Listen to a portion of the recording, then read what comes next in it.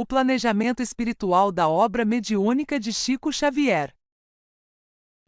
Quando nós observamos a tarefa mediúnica no aspecto da sua complexidade, nós nos deparamos com uma coisa muito interessante, que tudo é feito pelo mundo espiritual dentro de um planejamento, dentro de uma organização eficiente, para que aquilo que eles estão programando seja realizado da melhor forma.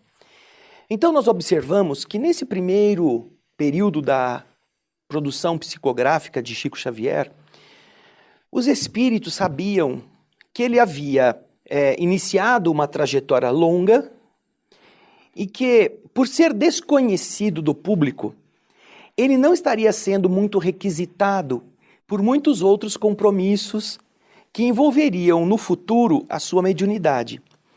Então, é natural que nesse primeiro período, os espíritos responsáveis pelo desenvolvimento desse projeto de difusão da doutrina espírita, ainda mais em uma época onde havia tão pouco material produzido na Terra a esse respeito, eles privilegiassem as obras com maior conteúdo, com maior peso, no caso dramático, no caso filosófico ou no caso de orientação científica. Porque, com o passar dos anos, a própria publicidade destas obras atrairia, como de fato atraiu, um requisitar do médium de forma muito intensa, levando a assumir outras e outras tarefas de liderança, inclusive no movimento espírita, tomando o tempo necessário e assoberbando a preocupação ou as tarefas relacionadas a essa difusão, que então, depois deste primeiro momento, passou a ser direcionada para uma segunda etapa na produção mediúnica do próprio Chico. Quando o Chico submete a Emmanuel a possibilidade de receber romances históricos, Emmanuel diz ao Chico a seguinte coisa: você está agora muito agitado, você está tendo que tomar conta dos seus irmãos, você está tendo que trabalhar, você está num período bastante conturbado. Se você conseguir asserenar-se, nós poderemos estudar a possibilidade de trazer a você algumas das nossas lembranças de outras épocas. Então, o Chico se compenetra da necessidade de reduzir as preocupações para ter o ambiente mental necessário, a fim de que ele pudesse, com esta calma, essa serenidade, ser de verdade um espelho das ideias que Emmanuel iria ditar-lhe. E então, Emmanuel, depois de uns 6, 8 meses, em que o Chico entra numa disciplina de asserenar-se, de não ficar agitado, de não se deixar levar por preocupações, inclusive justas, que ele tinha como chefe de família, ele encontra o ambiente e Emmanuel então diz: agora nós estamos prontos, poderemos então começar a trabalhar com algumas histórias. E é nessa sequência que Emmanuel vai aproveitar esse período da mediunidade menos conhecida para trazer todo este conteúdo de obra dramática bastante reveladora. Por isso é que, nesse primeiro período, essas coisas se dão dessa forma. Depois, as atividades literárias, Chico começa a ser conhecido pela publicação destes livros, destes romances, e outras pessoas começam a ir em busca dessa fonte. Daí vem as obras de André Luiz, quando o público já está mais propenso a beber da espiritualidade, então chega o momento de trazer informações do mundo espiritual, como que a vida do lado de lá. Quando nós vemos Humberto de Campos e André Luiz assumirem, vamos dizer, a linha de produção das obras mediúnicas. Então você vê que são etapas.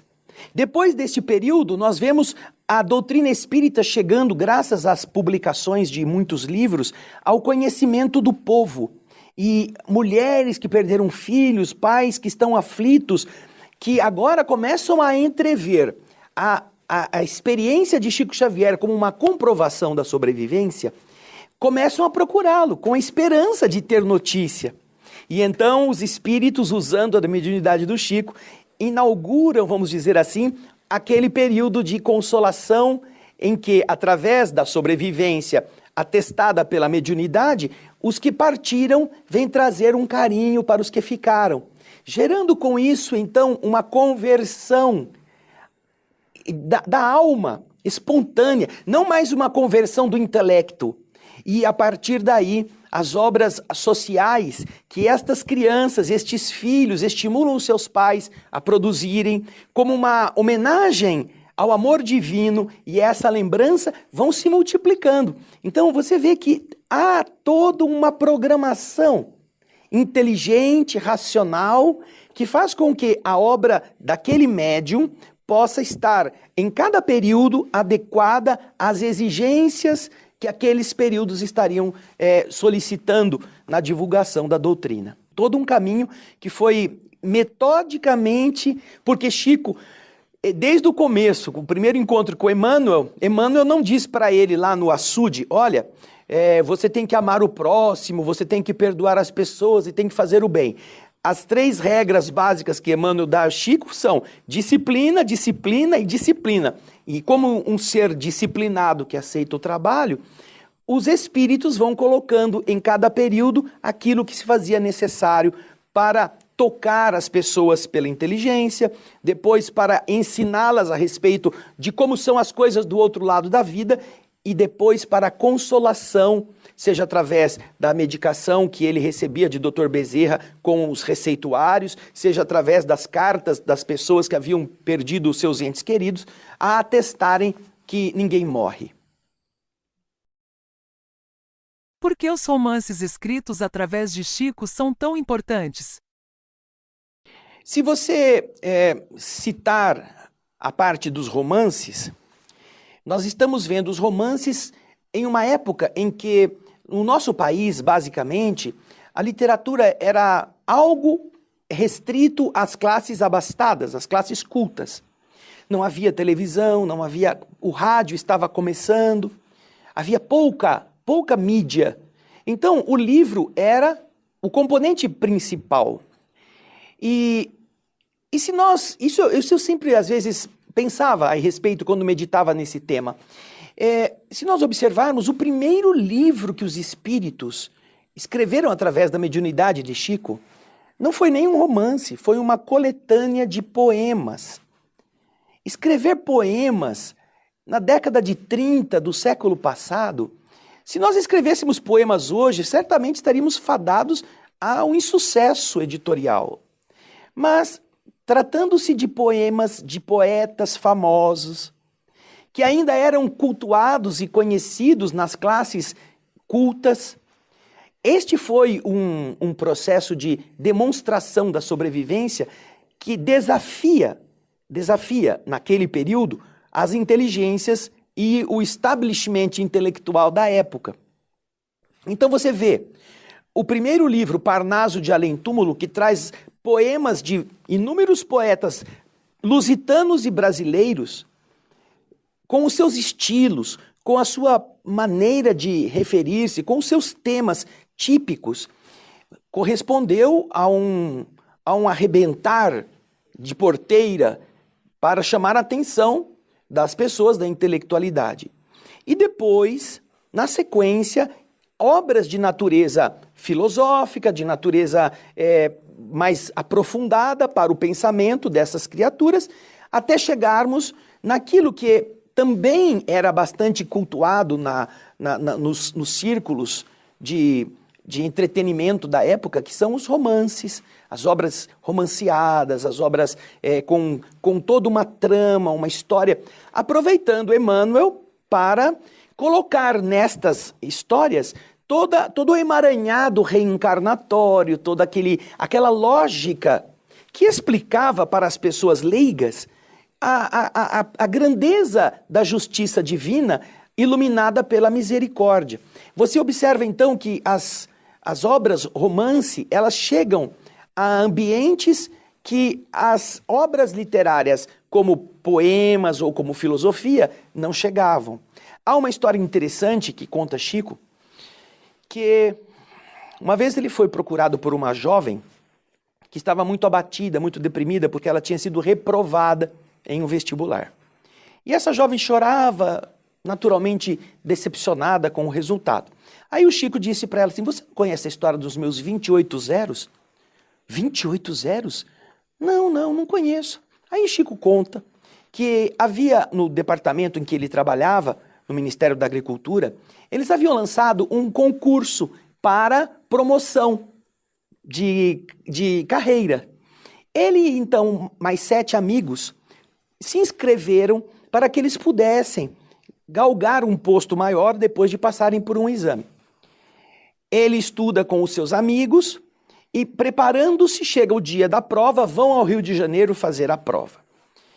Depois voltam para Pedro Leopoldo, ficam aguardando, até que um belo dia o seu chefe lá em Pedro Leopoldo, Rômulo Joviano, diz ao Chico, Chico, nós temos que ir lá no Rio de Janeiro que meu chefe quer falar com você. Comigo? É. Aí pegam o trem, chegam ao local, Rômulo entra no gabinete do seu chefe do próprio Rômulo. E o homem está lá sentado e o Rômulo então apresenta Chico e o homem olha, o senhor que é o Chico Xavier? O Chico, sim, sou eu. Mas tem certeza que o senhor? Tenho certeza, sou eu, sim senhor, desde que eu nasci. Pois o senhor está me fazendo virar espírita, disse o homem para ele. Eu nunca acreditei nessas coisas, nunca fui atrás desses negócios, mas se o senhor é o Chico Xavier, o senhor está me fazendo ser espírita. Aí o Chico ficou assim, né, sem saber o que dizer. Aí o homem tirou da gaveta um romance. Se não me engano, na época era o Há 2000 anos. Foi o senhor que escreveu isto? O Chico falou assim, quer dizer, quem escreveu, está escrito aí, Emmanuel, e eu fui aquele que ele ditou. Pois o senhor sabe que minha mulher leu esse livro. Vejam só, minha mulher leu o livro.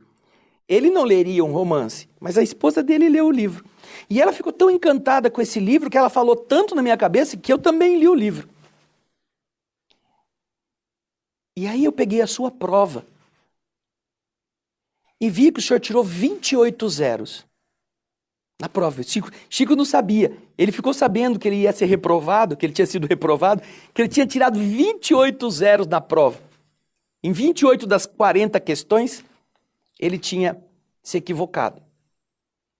E o homem falou assim, olha, se o senhor é esse mesmo Chico Xavier que fez essa prova, só pode ser um espírito que escreveu esse livro, não pode ser o senhor. Graças, então, a isso eu estou me tornando espírita, porque é impossível que o senhor tenha capacidade de escrever esse livro. Então você vê que, é claro, isso não se poderia dizer que foi um elogio, porque, naturalmente, foi uma forma grosseira de dizer a um de um funcionário público que aquele livro estava acima da sua capacidade. Mas a emoção que as obras de Emmanuel, através do Chico, produzem no leitor, para aquele tempo, e no leitor para hoje também, ela era tão especial que as pessoas, elas começavam a viver uma situação de espírito muito diferente daquela que o mundo apresentava. E então, através dessas histórias emocionantes, os espíritos chegavam a lugares em que as obras puramente intelectuais, racionais, filosóficas ou científicas ainda não conseguiam espaço, porque as pessoas estavam fechadas para esse tipo de argumento literário. Então, a importância dos romances, no meu ponto de vista, ela está dentro daquela ótica do período em que foram escritos, com uma prova na sua própria construção literária, da superioridade intelectual do conhecimento de quem escrevia, se comparado ao médium com o pouco curso de formação primária que teve. A discrepância entre a capacidade adquirida nesta encarnação, pelo estudo escolar, E aquilo que se escreveu por intermédio dele era tão brutal que muitas pessoas se convertiam somente por verem isto. Somente por verem isso. E uma das coisas que é de se ressaltar nos dias de hoje é que elas são tão belas, tão bem escritas, tão literariamente perfeitas, que para o leitor vulgar de hoje, eles têm dificuldade até de entendê-las, porque usam um vocabulário muito mais trabalhado, a maneira de escrever às vezes é um pouco mais não direta, não é uma forma indireta de produzir literariamente as frases, que o leitor acostumado a ler gibi, a ler bobagens, a ler coisinhas rápidas, quando pega um livro mais denso deste, se cansa e acaba abandonando. Acha, esse livro é chato. Mas você vê que aquilo foi um projeto para um determinado período. E é claro que ele continua a valer para todas as pessoas que queiram se enriquecer espiritual e também intelectualmente com a leitura que uma obra dessa nos impulsiona a fazer e com as necessárias pesquisas que aquilo que a nossa ignorância não consegue entender vai buscar no aprendizado. Então são também cursos de língua, cursos de raciocínio, cursos de paciência do ponto de vista de você não ter tudo assim mastigadinho na sua boca. Mas são obras que devem estar por muitos séculos dentro da busca de quem quer se espiritualizar. Quando o erro educa. Bom, o livro Há 2000 anos, ele tem muitas coisas marcantes. Boa parte das personagens do livro do Há 2000 anos estava renascida, convivendo até mesmo com Chico, em Pedro Leopoldo, em algumas das circunstâncias. Há um relato de Emmanuel dizendo que ele iria tratar de temas que eram muito queridos dele e do próprio Chico, que se perdiam na história dos tempos. Então, há a insinuação nessa conversa de que também, provavelmente, Chico fizera parte daquele período que Emmanuel retrata no livro. E nós não temos, assim, declaradamente pelo próprio Chico, a que personagem Emmanuel se referia. Então, nós temos o quê? Públio Lentulus como o protagonista da história e aquele que também conta a história, porque se trata do mesmo Emmanuel, não é? Então você vê como que a mediunidade possibilita uma beleza do ponto de vista da construção no imaginário do leitor de uma lógica bastante interessante que vai explicando o porquê das coisas estarem acontecendo daquela forma. Até porque, logo a seguir, Emmanuel escreve um outro romance na continuação da mesma história que se chama 50 anos depois, em que o senador romano, que era todo orgulhoso, todo cheio de si, da sua condição de senador, renasce como um simples escravo, o escravo Nestório. E ele tem, 50 anos depois, essa continuação de um processo reencarnatório em que ele vai resgatar equívocos que cometera anteriormente, ao mesmo tempo em que vai aprender e vai ensinar os que estão com ele nessa mesma jornada. Então você observa que é uma inauguração de um filão extremamente inspirador para os leitores, que não estavam buscando necessariamente apenas a secura filosófica do raciocínio, mas estavam querendo se embevecer com a lógica da vida. Porque os romances, no fundo, eles são a colocação na prática desses ensinos. Você pega o livro dos espíritos, o livro dos médios, pega o céu e o inferno, você tem todo um arcabouço doutrinário. Mas como é que isso se organiza? Como quando você vai fazer uma reforma, você compra a pedra, compra a areia, compra o cimento, compra o tijolo e põe lá no terreno. Mas como é que organiza isto? O romance é exatamente essa organização. abrir a valeta, colocar o baldrame, a ferragem, os tijolos e fazer a edificação do projeto. Então, o romance ele tem essa peculiaridade e Emmanuel inaugura essa sequência primorosamente a partir dos seus próprios equívocos. Isso é que é bonito nós vermos na espiritualidade. Ele não vai contar uma coisa heróica, ele vai contar os seus erros, para que nós aprendamos com eles.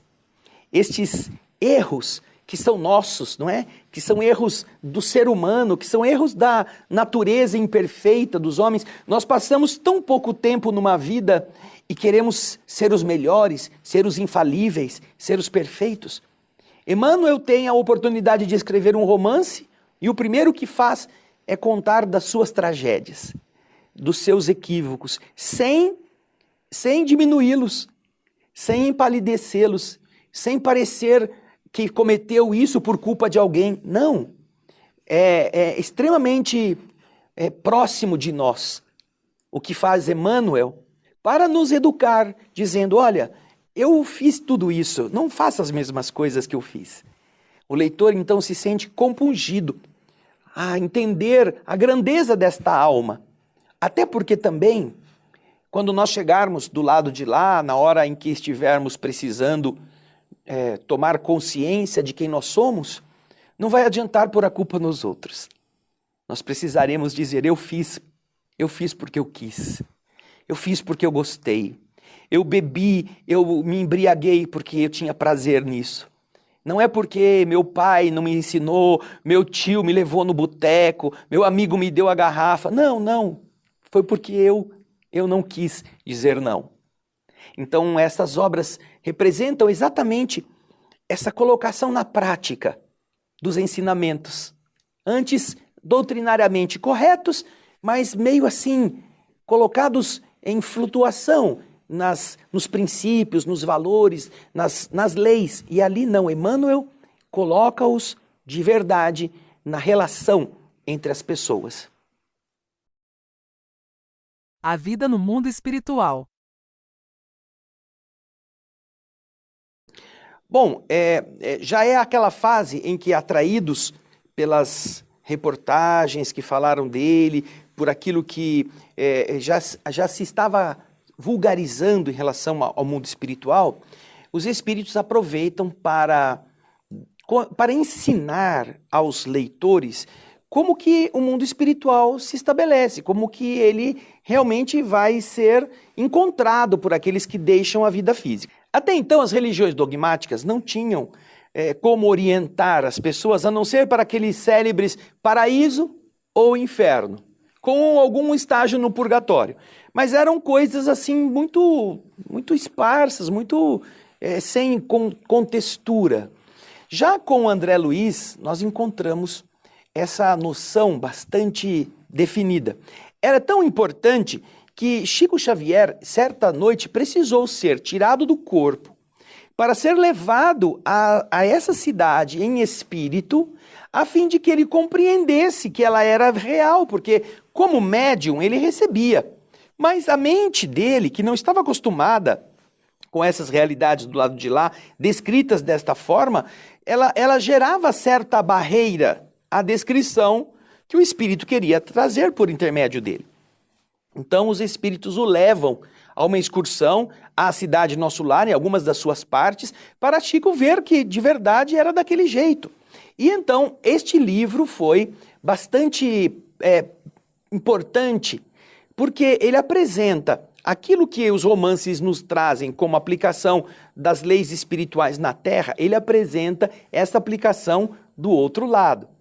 Tanto que há um subtítulo que a maior parte das pessoas não conhece, que acompanha toda a obra de André Luiz, cada uma com o seu nome principal, que é o subtítulo que diz A Vida no Mundo Espiritual. Nosso Lar, a vida no mundo espiritual. Os Mensageiros, a vida no mundo espiritual e assim por diante. Porque, na verdade, o que André Luiz está fazendo é trazer a explicação e a descrição de como é essa vida do outro lado, pelo menos em alguns dos seus aspectos. Não que seja toda a verdade, mas é a primeira vez que se levanta o véu daquilo que era antes um paraíso de nuvens de algodão ou o inferno de lava comburente e que as pessoas não sabiam para onde ir. Na verdade, André Luiz vem trazer essa visão que é bastante aceita pelo leitor, porque no fundo, nós viemos de lá.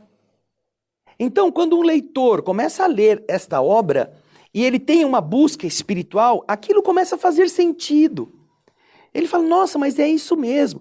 Isso sem contarmos com o fato de que, alguns anos antes, um médium inglês, se não me engano, um sacerdote, inclusive, ele escreve um livro extremamente semelhante. Chama A Vida Além do Véu, de um sacerdote Vale Owen. E nesta obra ele conta que há cidades, que há casas, há avenidas, moradias para as almas. E ele era um reverendo protestante na Inglaterra. Mas isso depois é que veio se conhecendo, não é? André Luiz vem contar coisas que são paralelas nas ideias e nas formas ao que estes espíritos também estavam induzindo outros médiuns a terem essa mesma visão.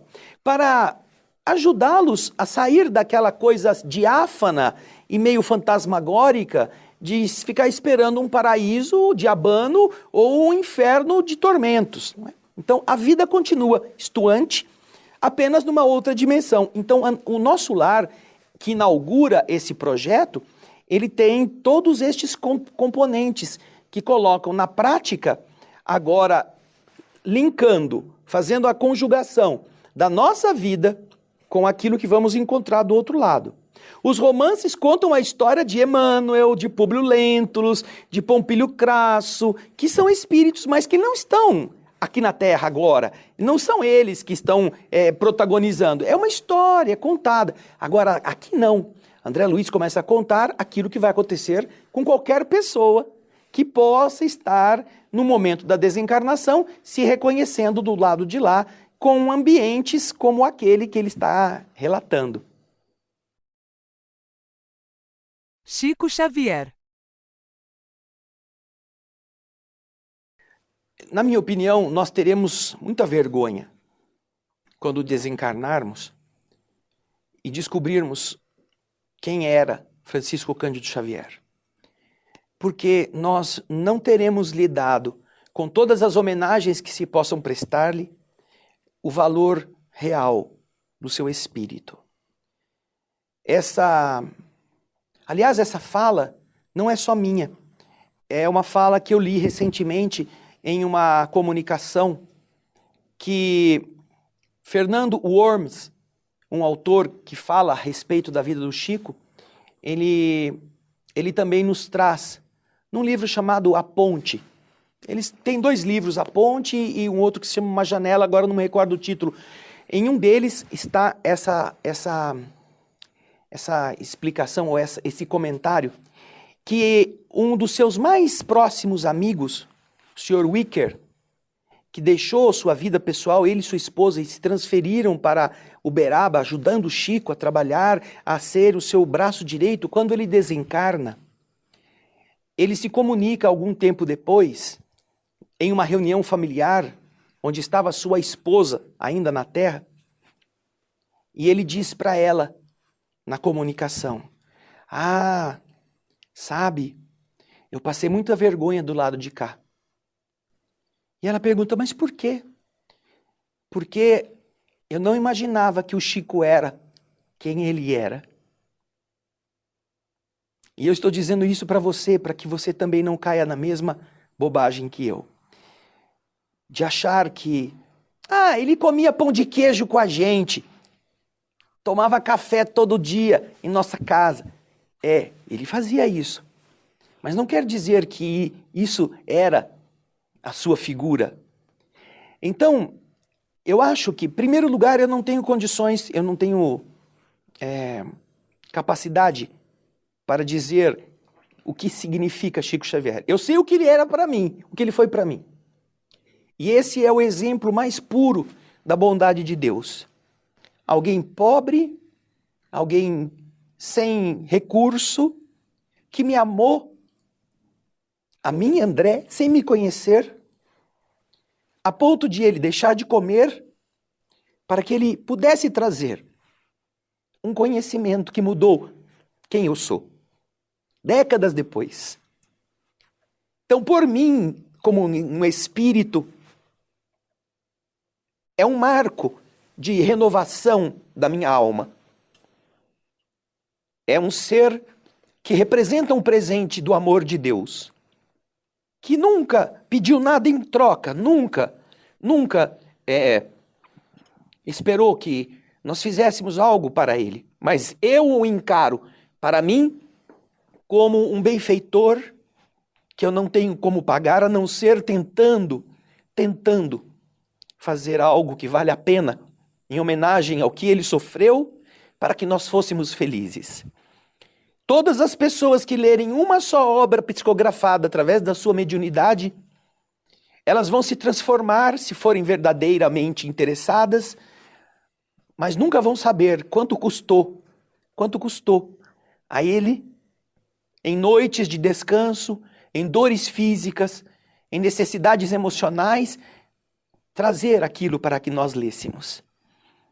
Mas Deus sabe, e aonde ele estiver, certamente, sem esperar qualquer gratidão de ninguém, vendo o mundo como nós podemos ver agora, assimilando esses conceitos de uma forma faminta, certamente deverá dizer, puxa vida, valeu a pena. Como qualquer pai, como qualquer mãe, que depois de lutarem com um filho deficiente, com um filho doente, e vendo ele ficar velho, ainda vão dizer sempre, se eu pudesse, faria tudo de novo.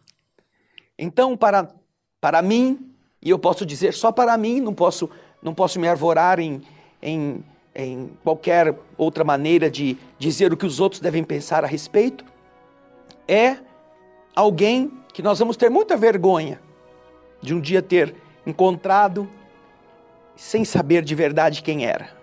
Um missionário escolhido para aguentar tudo isso não pode ser qualquer coisa. Então, eu acho que é muito pouco, mesmo sendo muito o que vocês estão fazendo nessa homenagem, mas ainda nós vamos precisar de muitos séculos para avaliar realmente o tamanho da sua contribuição pacifista e humanista para toda a humanidade.